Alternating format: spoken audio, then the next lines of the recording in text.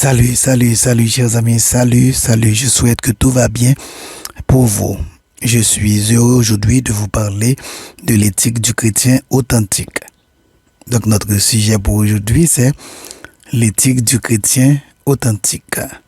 Selon Archibald Alexander, le thème éthique prend son origine chez Aristote. La éthika dérive du grec athos qui signifie caractère. Ainsi, l'éthique est la science du caractère. Ce dernier terme ayant le sens de coutume ou habitude de conduite et de comportement. Cependant, Aristote avait en vue non seulement la description des habitudes extérieures, mais aussi ce qui confère à la coutume sa valeur, les sources de son action, les motifs et plus spécialement les fins qui guident l'homme dans sa conduite de vie. Vous savez, chers amis, l'éthique est la branche de la philosophie qui s'intéresse à ce que l'être humain doit faire dans une situation spécifique.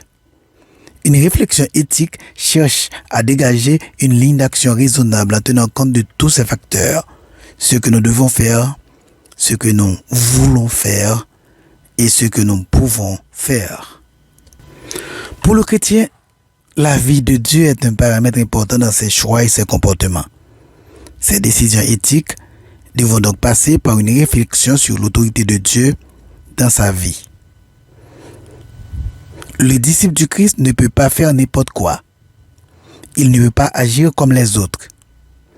L'enfant de Dieu a une philosophie. Il a une éthique.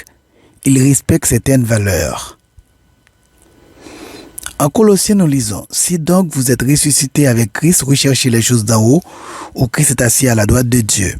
Attachez-vous aux réalités d'en haut et non à celles qui sont sur la terre.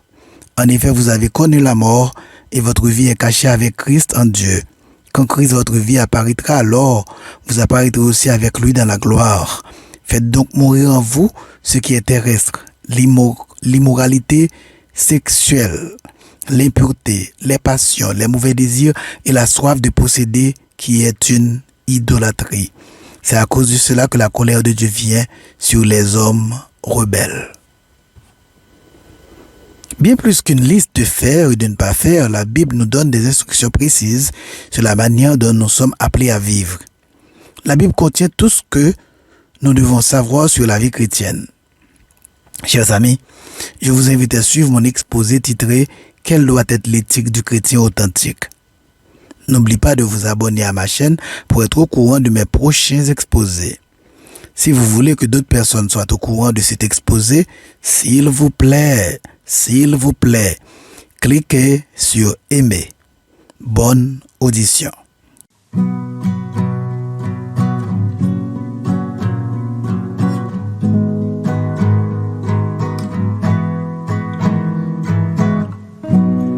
j'ai vu tes mains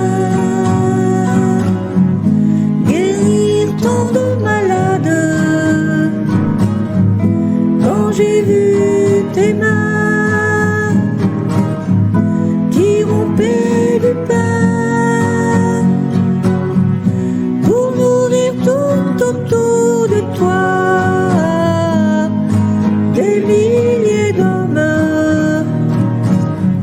Seigneur, en retour, reçois mon amour.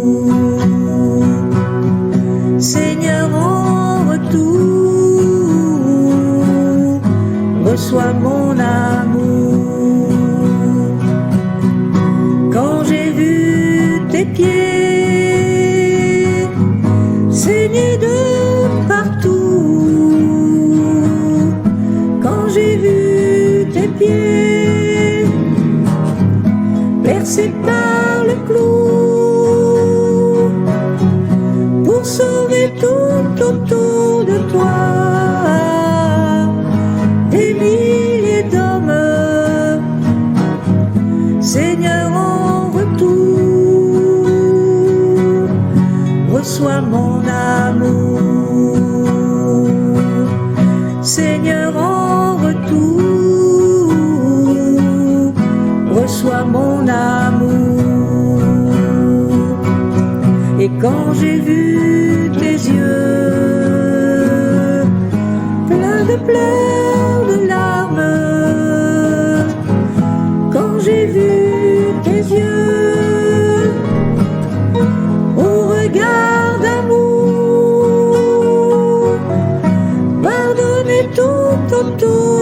reçois des milliers d'hommes, Seigneur, en retour, reçois mon amour. Seigneur, en retour, reçois mon amour.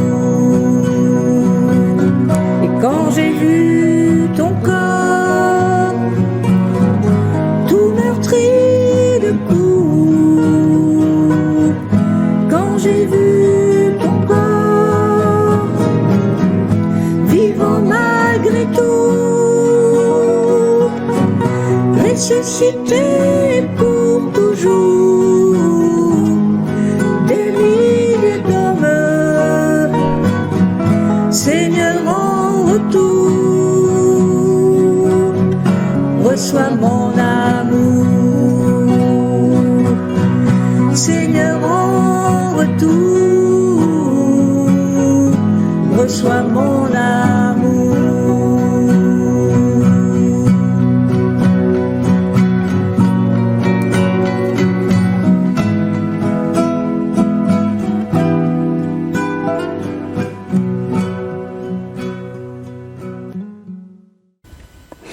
En Éphésiens 4, verset 17 à 32, nous lisons: Voici donc ce que je dis et ce que je déclare dans le Seigneur, c'est que vous ne devez plus marcher comme les païens qui marchent selon la vanité de leurs pensées.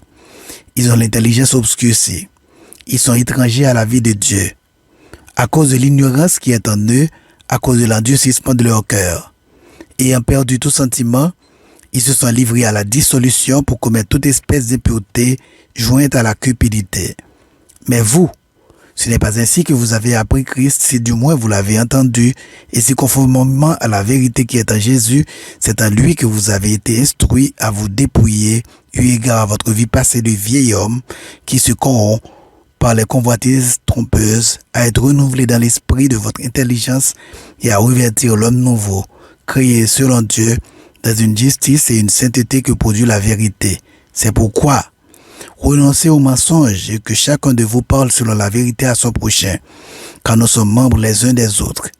Si vous vous mettez en colère, ne péchez point, que le soleil ne se couche pas sur votre colère, et ne donnez pas accès au diable. Que celui qui dérobait ne dérobe plus, mais plutôt qu'il travaille en faisant de ses mains ce qui est bien, pour avoir de quoi donner à celui qui est dans le besoin. Qu'il ne sorte de votre bouche aucune parole mauvaise, mais s'il y a lieu, quelques bonnes paroles qui servent à l'édification et communiquent une grâce à ceux qui l'entendent. N'attriste pas le Saint-Esprit de Dieu par lequel vous avez été scellés pour le jour de la rédemption. Que toute amertume, toute animosité, toute colère, toute clameur, toute calomnie et toute espèce de méchanceté disparaissent du milieu de vous. Soyez bons les uns envers les autres, compatissants, vous pardonnant réciproquement comme Dieu vous a pardonné en Christ. Quelle doit être, chers amis, l'éthique du chrétien authentique? Homosexualité, respect de la création, implication des chrétiens dans la politique, protection de la vie à naître, avortement, etc., etc. Les questions éthiques sont partout. L'éthique est la branche de la philosophie qui s'intéresse à ce que l'être humain doit faire dans une situation spécifique. Quand nous devons prendre une décision importante, nous tentons de tenir compte des différents paramètres. Et les paramètres que nous tentons de suivre sont les suivants: les objectifs de notre décision, les moyens dont nous disposons et les conséquences de notre choix. Nous sommes souvent limités par certains interdits et contraints par certains devoirs. Pour le chrétien, la vie de Dieu est un paramètre important dans ses choix et ses comportements.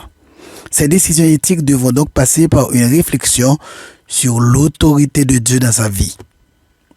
Chers amis, l'éthique est une question d'autorité. Notre comportement humain est dicté par l'autorité sous laquelle nous nous plaçons. Il peut s'agir de l'État et des institutions de répression, police, administration s'occupant de la collecte des taxes, direction qui lutte contre la corruption, etc. De la famille, du groupe social, du plaisir personnel, d'un gourou, de Dieu ou de toute autre forme d'autorité, qu'elle soit légitime ou non. Dieu a le droit et le pouvoir de demander l'obéissance en vertu de trois réalités. Premièrement, Dieu est notre Créateur. Deuxièmement, Dieu est notre Seigneur. Nous devons le louer avec tout notre être. Troisièmement, Dieu nous aime. Nous devons faire tout ce qu'il nous demande de faire. Le croyant est quelqu'un qui, de façon concrète, conforme sa vie à la parole de Dieu.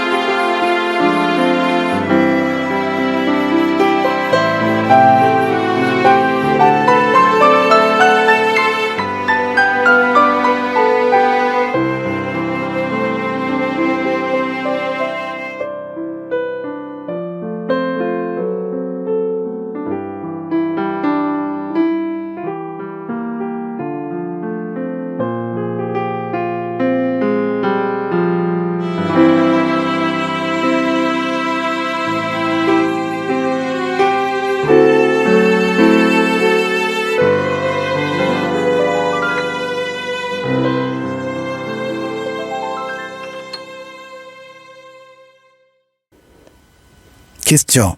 Quelle doit être l'éthique du chrétien authentique au travail? Quelle doit être l'éthique du chrétien authentique au travail? Chers amis, le vrai chrétien est au travail ponctuel, zélé, plein d'égards pour ses collègues et ses supérieurs. Il est aimable. Il n'est pas médisant envers ses collègues. Il n'est jamais membre de clan. Il parle comme tout bon chrétien doit parler. Il veille sur sa tenue. Il n'est pas un lèche-botte des supérieurs. Il n'est pas un hypocrite. Il ne participe pas dans les magouilles. Il se met souvent à la place de l'autre et applique la règle d'or. Tout ce que vous voulez que les hommes fassent pour vous, faites-le de même pour eux. L'éthique du chrétien doit être différente de l'éthique des inconvertis comme nous le déclare Éphésiens 4, verset 17. Le vrai chrétien ressemble au Christ par ses actions. Le vrai chrétien est christocentrique. Sa vie n'est pas centrée sur le monde, sur le plaisir, sur l'argent, mais sa vie est centrée sur le Christ. Dans la lettre aux Colossiens au chapitre 3 et au verset 23 à 25 et à 1 Corinthiens 10 au verset 31, nous lisons cette belle parole inspirée du bon Dieu. Tout ce que vous faites, faites-le de bon cœur, comme pour le Seigneur et non pour les hommes, sachant que vous recevez du Seigneur l'héritage pour récompense. Servez Christ, le Seigneur, car celui qui agit injustement recevra selon son injustice, et il n'y a point d'acception de personne. Soit donc que vous mangiez, soit que vous buviez, soit que vous fassiez quelque autre chose, faites tout pour la gloire de Dieu. Chers amis, nous vivons dans un monde où l'homosexualité et le lesbianisme règnent. Mais le bon chrétien ne peut pas être homosexuel ou lesbienne. Le bon chrétien n'est pas un adepte du statu quo. Comme l'apôtre Paul, Jérôme de Prague, Pierre Valdo, les Albigeois, les Loulari, j'en passe, il dénonce le mal et fait l'apologie du bien. Le vrai chrétien dit non, même si tout le monde dit oui. Il dit toujours la vérité, bien que vivant dans un monde où règne le mensonge. Il est honnête, bien que vivant dans un monde corrompu. Il vit la morale chrétienne, bien que vivant dans un monde où triomphe l'immoralité. Comme Martin Luther King Jr., le vrai chrétien ne pactise pas avec l'injustice, l'oppression, la ségrégation, la discrimination et j'en passe.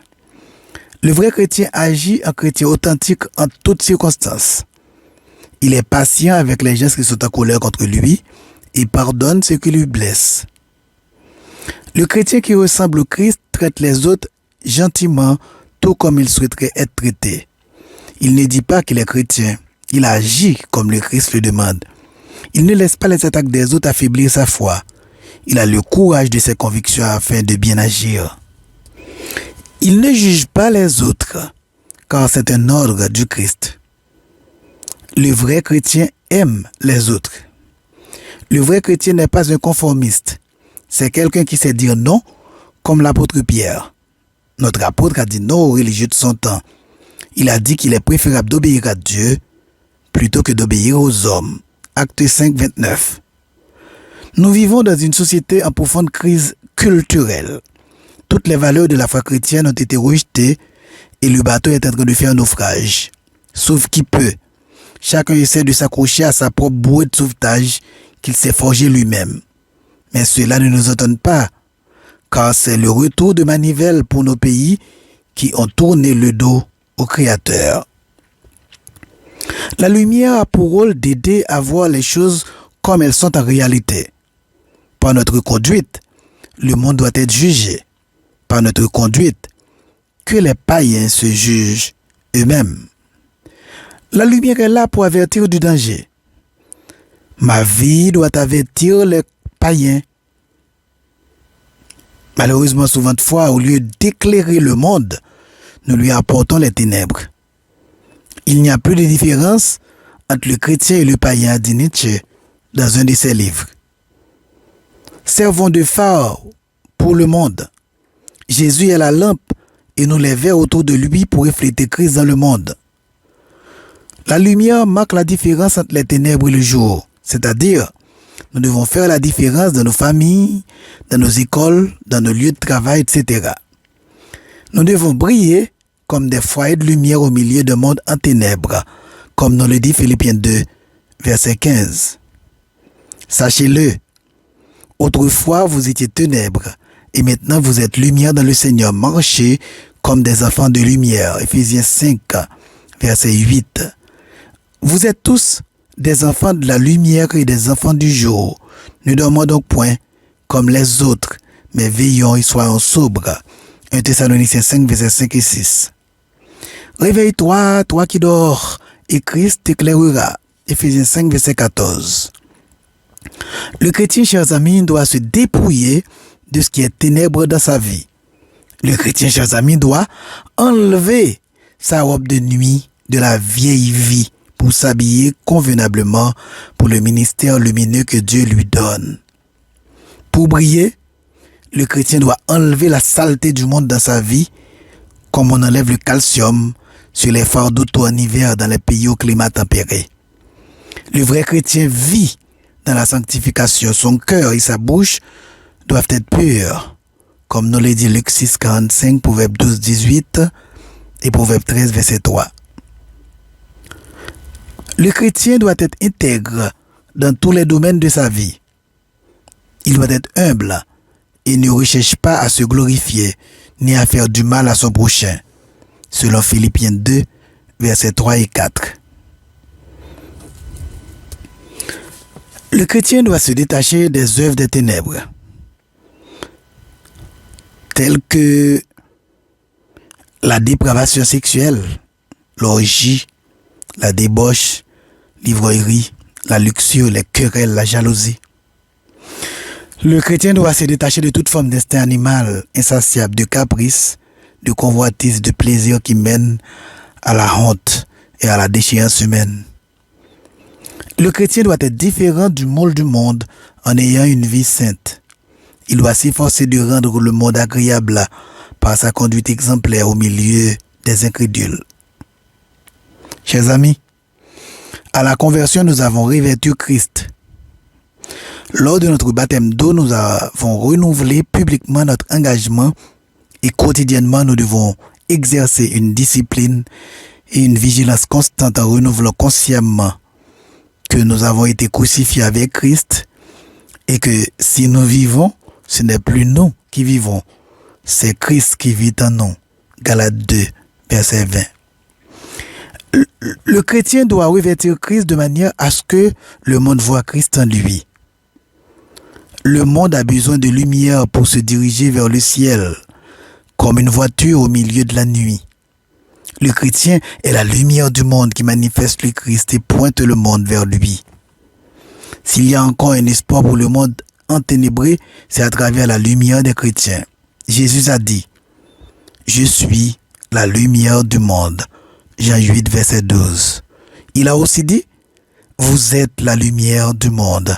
Matthieu 5, verset 14. Chers amis, comment est votre lumière? Comment est votre lumière? Le Seigneur veut se servir de vous pour le salut du monde. Êtes-vous disponible? Peut-il compter sur vous? Réveillez-vous, le temps est court. Faites du ménage dans les activités de vos membres et de vos pensées. Soyez remplis de l'esprit et revêtus de la puissance du Seigneur. Marchez honnêtement comme en plein jour. Reflétez Jésus-Christ par votre vie. Brillez dans votre coin sombre. Brillez comme des citoyens du royaume de Dieu. Le Christ a dit que ta lumière luise ainsi devant les hommes, afin qu'ils voient tes bonnes œuvres et glorifient ton Père qui est dans les cieux. Matthieu 5, verset 16. Mon ami, tu es venu sur terre pour faire briller ta lumière. Lorsque la lumière du Christ brille en nos cœurs, notre entourage est illuminé par notre présence aimante, par notre accueil, par notre joie de vivre et par notre compassion. Plus nous nous rapprochons du cœur de Jésus, plus sa lumière brille en nous et à travers nous.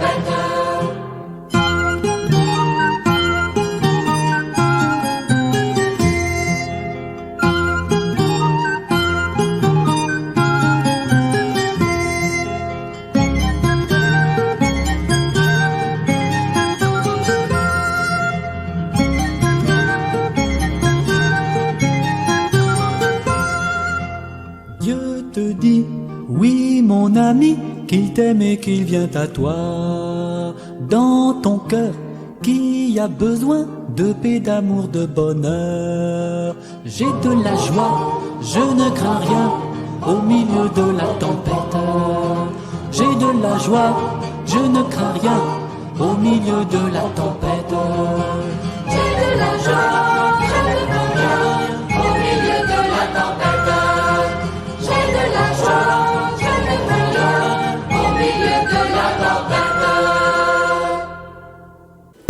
Chers amis, à l'écoute, plus éloquente que les discours sera une vie axée sur l'Évangile.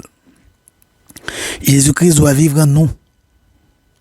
La parole doit devenir la partie intégrante de notre vie si nous voulons que les hommes la reçoivent. Demandons au Seigneur que toute notre vie soit une proclamation de son règne d'amour et de paix. Demandons au Seigneur de nous donner la lumière et la liberté intérieure de faire une révision profonde de notre vie et d'enlever les obstacles à ce témoignage. Lorsque la lumière du Christ brille à nos cœurs, notre entourage est illuminé par notre présence aimante, par notre accueil, par notre douceur, par notre humilité, par notre joie de vivre et par notre compassion. Plus nous nous rapprochons du cœur de Jésus, plus nous lui ressemblons, plus sa lumière brille en nous et à travers nous. Mon souhait le plus cher est que vous soyez porteurs de cette lumière, que vous soyez lumière du monde, pour ceux et celles que vous côtoyez dans le quotidien de votre vie. Par cette lumière, que Dieu vous aide à transformer Haïti et le monde. Que mon bon Dieu vous bénisse. Je vous aime beaucoup. À bientôt.